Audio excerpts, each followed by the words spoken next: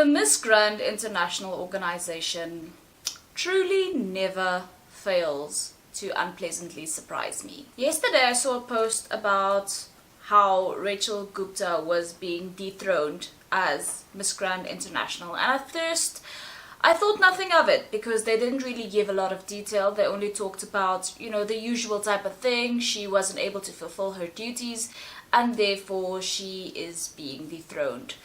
And I thought, what exactly can I do with this information, right? Basically, they already said it all. There's nothing I can add to this narrative because I don't know anything about why exactly, what the specifics were about why she was dethroned. Until Rachel uploaded a scorching and scathing and absolutely beautiful, candid video of about an hour long, explaining exactly what happened. The truth of Miss Grand International, as she calls it. And let me just say, if you haven't watched the video, I wouldn't even be offended if you click off this to go and watch that video. Of course, I will reiterate most of the most important things that she was saying, but she truly just sat there, no notes, and she just spoke with the heart. She didn't even make a lot of effort to provide any sort of receipts or proof, which I'm not saying is the wrong approach. She basically just wanted to sit down and tell her story from her heart without having to whip up her phone or do too much editing in order to prove a point or to prove her statements. In fact, many of the things that she was talking about can't necessarily be proven because it was emotional experience for her, but some things can be proven. For example, the money that she didn't receive, etc. Let me just... Similarly to Rachel, I'm sitting in front of you today without any notes to speak of because I watched her video and I decided to also just candidly talk about what she was talking about. Rachel starts her video by saying basically that her reign as Miss Grand International were some of the worst months of her life, and she gets emotional very quickly, but I felt so sorry for her at points because you can just tell that she had such high hopes for her reign as Miss Grand International, and it was just all shattered in front of her eyes. Not only necessarily because she was unable to do some of the things that she wanted to do in terms of service and in terms of charity work and philanthropic work, but basically, in her opinion, she wasn't even provided the basic amenities that a pageant queen would need during her reign. I'm talking about food, sustenance, the thing that we need to live. Apparently, they weren't providing that, and she had to get that for herself. Now, she was talking about how for the first month or so of her reign, she was living in this extremely small and cramped hotel room, probably the cheapest one Miss Grand International could get for her, and how it was just extremely small and cramped. Not even all of her suitcases could open properly in there and all of that. It was just, a very claustrophobic situation is what I heard her describe it as, And this obviously wasn't the best for her, and so when they offered her a house, obviously she said yes to this. But when she arrived at this house, apparently, according to her, this house was dilapidated, not really, what she was expecting in her mind. But overall, possibly the house could have been livable. I don't know. I haven't seen the house. She didn't show us pictures of the house. We don't know what this house looks like. But apparently it was like an hour or something outside of the city, and it made it very difficult for her to get to a gym, for example, and to do all sorts of things because she was living in this house so far away from everything in this secluded little neighborhood, but she had no vehicle. A grown woman, right, being crowned Miss Grand International, one of the arguably big 6 titles in the world, being left at a house outside of the city with no transport. To make things worse, the only time that she apparently was picked up or a car was sent for her was when she had official events to attend. You know, she had to make a public appearance, and even for these public appearances, she had to sort out her own wardrobe, her own look, etc. But then they sent someone to come and get her, to deliver her to the public appearance.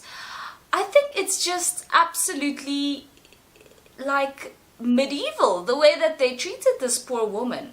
She goes on to talk in the food category about how she's vegetarian, right? So this made their job pretty simple, you know, make sure that she has food in the house that would serve a vegetarian.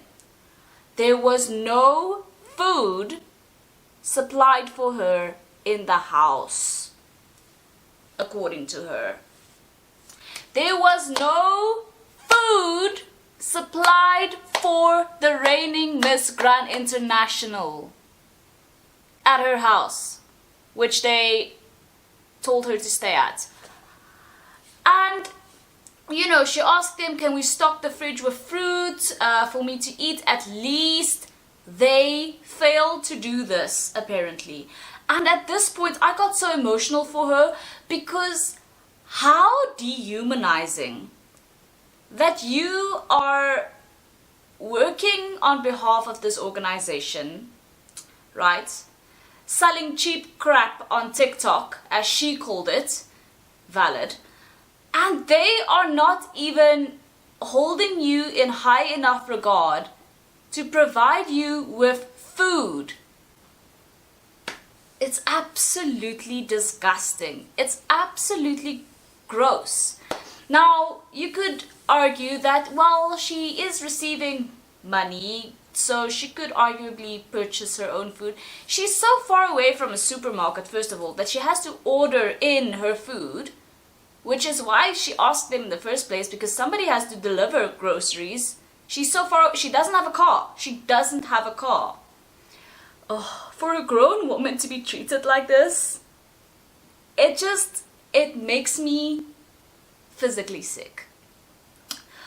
Wow, okay, her whole video was a journey, but this food thing really got to me, because how dare they? How dare they, you know? Leave her without food and she has to fend for herself? The worst part is, you know that, you know, in pageantry, the prize money, right, is supposed to be a given when you win. But she discovered that in the contract it says that the prize money, the totality of it, is given to you at the end of your reign, and then you get a monthly stipend. The monthly stipend, according to her, wasn't that much. We don't know how much it is. Maybe it would have been enough to cover expenses, like if she had to take an Uber somewhere, or if she had to buy food or whatever. Maybe. But according to her, she only received her stipend for the first month of her reign. She's been reigning for 7 months. She only received the stipend for the first month. And what I can relate to a lot in Rachel's videos is she talks about every single time she asked the organization for anything, whether it be her stipend, whether it be something else, whether it be a gym membership, they got antagonistic about it. They didn't treat her with respect and kindness and compassion, according to her, and they often threatened her with dethronement, which I think Rachel thought would have been embarrassing for her, but honestly I think that having a queen be dethroned is more embarrassing for the organization than it is for the person being dethroned, because it usually indicates that this organization wasn't doing what they were supposed to be doing in some way. Okay, that's all I'm gonna say. Just look at Miss Universe 2002. Rachel goes on to talk about not only the fact that she asked them to get her gym membership, which they failed to do, she asked them to provide food to this dilapidated house that she was living in, which they failed to do. They did not provide her with any transportation, whether it be her own vehicle or some sort of grant or permission to use a company vehicle or to have a driver or anything like that. She did not have transport unless they decided that they needed her. Besides that, she was stuck at this house. I am going crazy just thinking about it. I'm just thinking about being stuck in a house in a country where I don't know anybody. And that's the other thing. She had to get her own new phone and phone plan in Thailand. They didn't even provide her with that.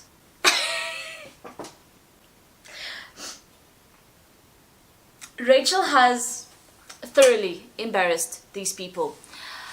Anyway, so despite them not providing her food, she has to order food from the city. Most of the time, the drivers delivering the food would cancel because her house is too far away and she wouldn't get her food.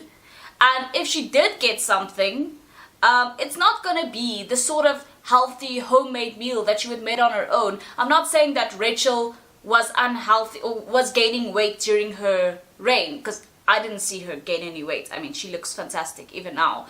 But seeing all of these issues that she had, you know, it's not beyond belief that she was not eating the most nutritious, balanced meals.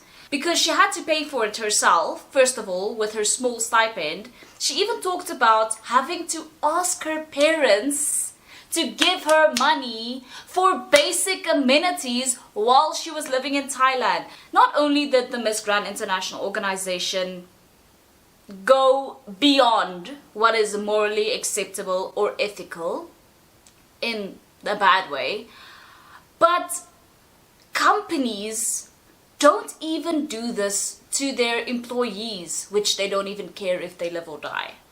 Okay, if I'm working for a company and they send me to some country to live, I'm going to expect them to give me some sort of allowance for travel, some sort of allowance for living expenses like food, etc. And I'm not gonna assume that this is coming out of my salary, or in this case, the grand prize. The fact that they would even go to this sort of length of neglect of their title holder is insane. But like I said, this was all in Rachel's opinion. This is what she said.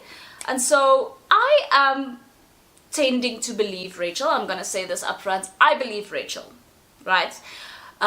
It has not been proven nor disproven in a court of law or anything, but personally, I believe Rachel. So I'm speaking from the point of view of someone who does believe Rachel in this situation.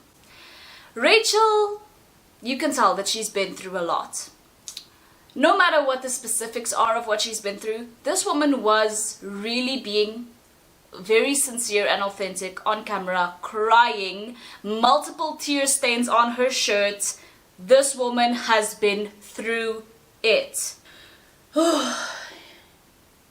So despite her not having access to the foods she needs, nor the gym membership she asked for, apparently there was someone who came over to the house where she was basically imprisoned because where's she gonna go?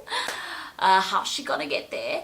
Someone came over there, started pinching different parts of her body and said, you need to lose weight here, you need to lose weight here, you need to lose weight here.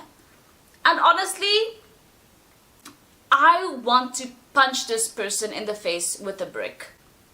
Not necessarily only because it is extremely rude and disrespectful and harmful to do this to a person, but because we cannot choose where we lose weight. That's physically impossible. So my logic brain is like, not only is this person an asshole, they are also uneducated. Trying to tell Rachel Gupta, this incredibly well-versed, eloquent woman, you need to lose weight specifically in your left earlobe. Sorry, rules are rules. Like this, it's a little bit bigger than this one and we need to do... Please. Every every day as I get older, I realize that more and more of the power figures in our lives are lucky idiots that have ended up in their position of power somehow by pure luck or nepotism, whichever it is. And it gets worse, if you can believe it. She talks about how Papa Nawat and Mama Teresa, I'm not that into Miss Grand International anymore. I don't even know who Teresa is, to be honest with you. But I am having a personal vendetta against someone named Teresa in my own personal life right now, which is probably why the story also riled me up so much, because it's actually a very similar situation, but I'm just not the victim. It's someone. Let me just rather keep my big mouth shut. But this Teresa individual is apparently the worst of the worst, okay? Rachel goes on to talk about how she was at a pageant, sitting on the other side of the stage. She wasn't on stage for a change, and she was sitting next to some of the individuals at Miss Grand International. And she heard them talk so disgustingly about these women's bodies. You know, usually in pageantry everybody is pretty fit, you know, but they were nitpicking so much. A specific thing that Rachel brought up was, oh no, somebody said that her knees are too fat. A girl's knees are too fat? Like, I don't know what pageants I've been watching. I've been following pageantry for a long time. I've never looked at someone and been like, you know what, right, you're beautiful, you're eloquent, you're very involved in your community, you do such great work, but I don't think you're gonna win because, honestly, Cindy, your elbows are way too sharp. It's like, your middle toe is exactly the same length as your big toe, and that disturbs me, and hence you're not going to win, despite the fact that you're incredibly accomplished, well-spoken, and very charismatic. What are we doing? What are we doing? Giving so much respect and support to these people, when this is how they denigrate something that we all love. But anyway, she goes on to talk about how she was in the Czech Republic, and that's the only international country that she's visited so far during her 7-month reign. So they're there. The Czech Republic has a great show, according to Rachel. I don't know, I haven't watched it. But afterwards, apparently this Teresa individual, who seems to be on par with Nawat at Miss Grand International, she apparently screams at the national director of the Czech Republic for an hour until this grown woman starts crying. I didn't believe that this sort of tacky behavior would exist in that echelon of society, but apparently tacky behavior exists everywhere. Honestly, I think Rachel also started to realize that all of this was beneath her, because she had so many plans going into Miss Grand International. She wanted to do things, she wanted to work for charity, she wanted to do all of these things, but they didn't allow her to do things that wasn't making money directly for the organization. She even said that she wanted to visit charities on her own, but they wouldn't let her. She wasn't gonna take any resources from the organization, perhaps just like getting her there, driving her there perhaps, because she had no car. But the fact that she was supposed to sit and rot in that house until they needed her, to go on TikTok and sell crap, in her opinion, that is so frustrating. I'm not surprised that she resigned. But according to them, she was dethroned. But according to her, she resigned. And every single time that she brought something up, she was blocked, like from doing what she wanted to be doing. And I feel like we can see this coming with Miss Universe as well, because we all know who's involved with Miss Universe now. She felt like it was all just for them to make money. You know, we've all talked about for years and years and years how Miss Grand International's whole thing is end war and violence, stop war and violence, or whatever the thing is. It's about ending war and violence. But you never see them do anything about war and violence. You know, if their slogan is end war and violence, what are we expecting them to do? Get involved with the Red Cross, visit countries that have been decimated by war, help war refugees, etc. Have you ever seen Miss Grand International do any of these things? Please, name one. Name one. It's absolutely ridiculous. And the fact that, you know, a lot of international pageants, they don't have a specific slogan of what they're trying to accomplish when it comes to charitability. Miss Grand International is probably the only one really, except for Miss Earth, who do things, who really actually do boots on the ground things with in conjunction with conservatism and environmentalism. Miss Grand International has not done a single thing that I can remember to end war and violence, or to stop war and violence. I mean, if their whole thing was feed the planet, what would we be expecting them to do? I don't know, give food to people? And if they weren't doing that, we would all have been like, well, they're not feeding the planet, are they?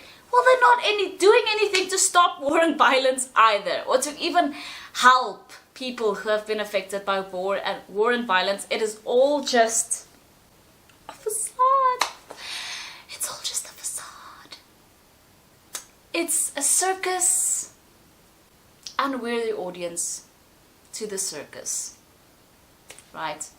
And this is also the thing, you know, we blame Miss Grand International because we can tell that they're only in it, according to Rachel and I, to sell things, to sell cheap crap, as Rachel called it, on TikTok, and take people's money, and also take people's money for votes and things like that, and only crown like the most promising-ish contestant when it comes to selling, in my opinion. But who are they selling to, right? They're the circus. Why are we asking a clown why he is a clown when we are the ones who keep attending the circus? And I'm not saying that we need to stop supporting pageantry altogether, especially Miss Universe now that Nawat is involved. We need to see where it goes, but we also need to steer the ship in terms of where we put our money. I know Rachel talked about how we're not supposed to blame the audience or whatever, because, you know, everybody is doing what they can to help their contestant win. But I feel like we also are individuals with our own brains, you know, and logic.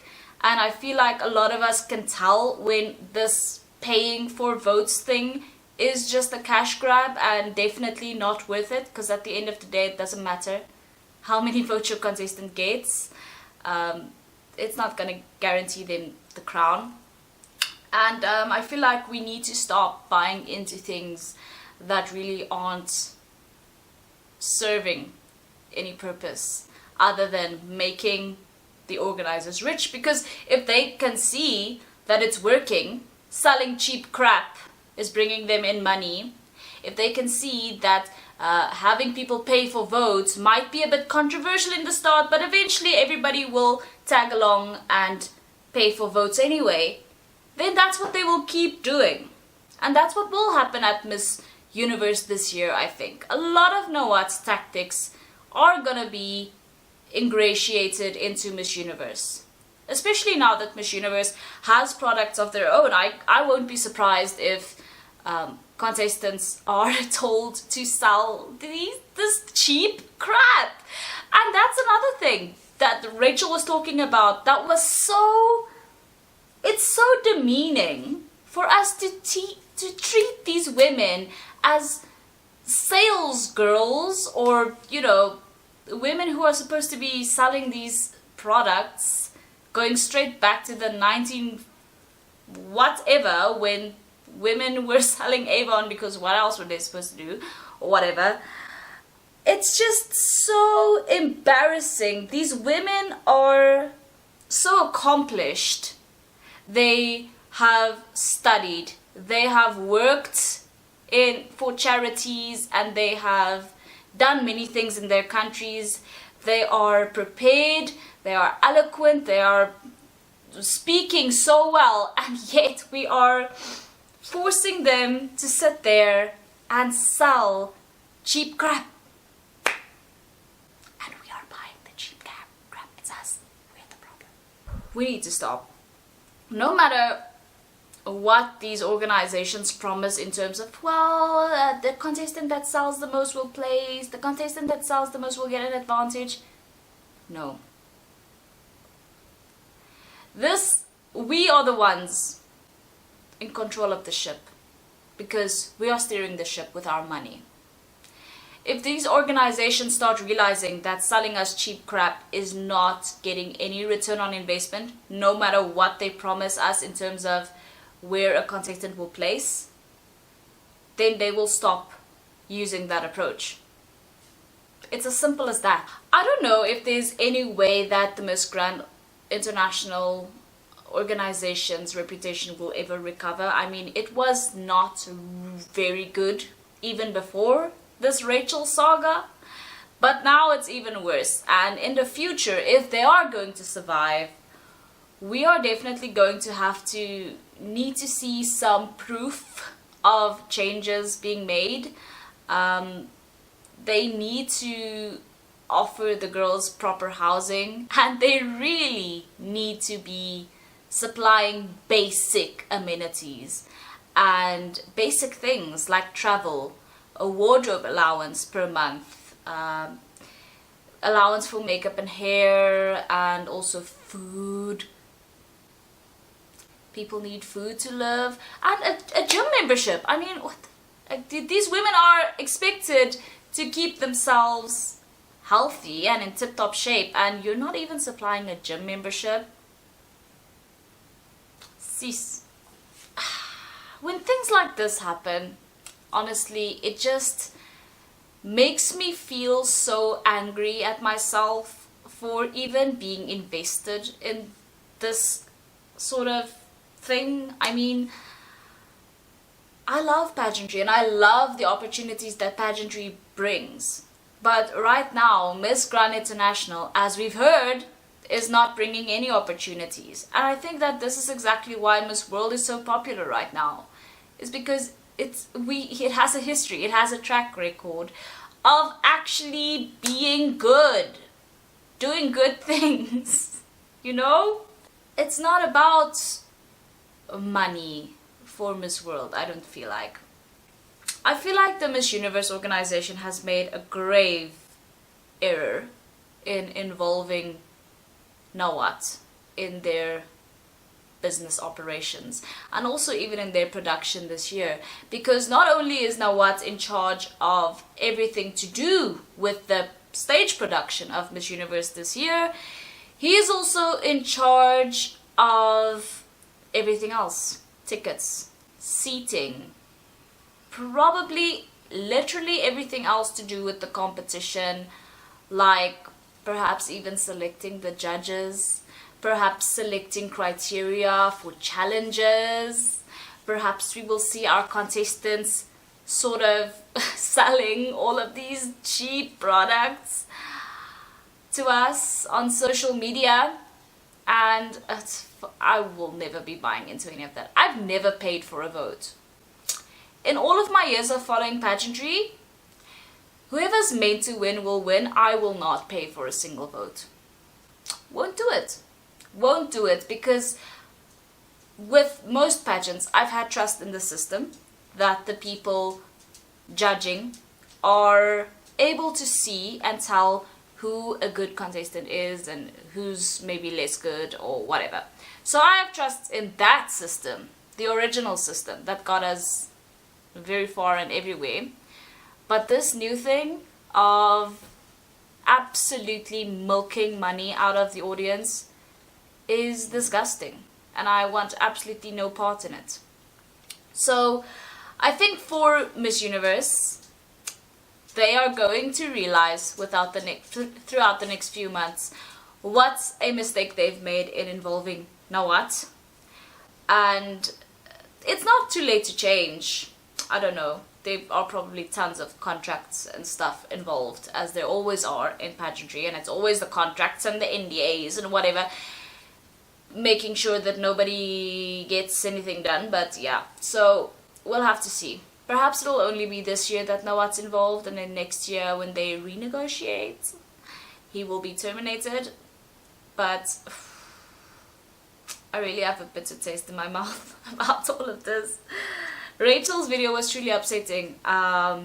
It really was, because I wasn't expecting a lot from the Miss Grand International organization to begin with, just due to the history of their owner. But they have definitely managed to even go beyond. They are beyond lame and embarrassing. It just, when things like this happen, I'm just like, why is this industry the way that it is sometimes? All you had to do was give her things to do as Miss Grand International, and also like give her a nice place to stay and food and a gym membership and like basic things that she would have in her everyday life when she was living in India. But no, she couldn't do anything. And to make things worse, oh my gosh guys, this video is going on forever because I keep remembering things that she said. Like, at least she has a good family, right? Because she was talking about her homecoming and how the parties who were supposed to organize things did basically nothing, and it was her dad, her father, who ended up having to do anything. It was also her parents who lent her money for basic necessities in Thailand. Her parents are luckily very, very, very supportive, which is something I know could not have been present for all of the women who have ever been Miss Grand International. Statistically, it's impossible for every Miss Grand International winner ever to have had supportive parents who were willing to do the things that Rachel's parents do for her. And so she's very lucky in that regard. Just the way she spoke about her lending money from her parents, her being so embarrassed about it, because let's face it, she is a grown woman. I mean, she's only 21, but she's a grown woman still. So it is embarrassing to lend money from your parents for her. And she talks about how some of the money that her parents lent her, that she left in her house, which was basically company property, was stolen or disappeared or whatever, and the organization just refused to help her with that. And then also she talked about how this Teresa individual, keeps coming up, was talking about how a previous title holder made a complaint about sexual harassment, and Teresa was bad-mouthing this woman and just straight up said she was a liar, I don't believe her, whatever. And Rachel was talking about how she realized sort of that they wouldn't believe her either if she reported something like this. She didn't say who this previous title holder was. She said that she didn't know, but whether or not Rachel knew or not, if she knew, she probably wouldn't have said the name anyway, because I believe that Rachel would have respected this person enough not to air their things, you know, to whoever many people would be watching her video. So I have a lot of respect for Rachel Gupta. and India truly was lucky to have someone like her. It's just a shame that she went to Miss Grand International. And I would definitely say that Rachel should possibly try for Miss World, but I don't know if she has been too traumatized by her experience. It's a shame. It's a shame that someone with Rachel's sincerity, authenticity, brain, willingness to work, etc. was wasted on this organization that just didn't appreciate her. So yes, that's a shame. Let me know what you guys think about all of this. I'd love to know. Thank you so much for watching. If you haven't already, please subscribe, and I will see you in the next one.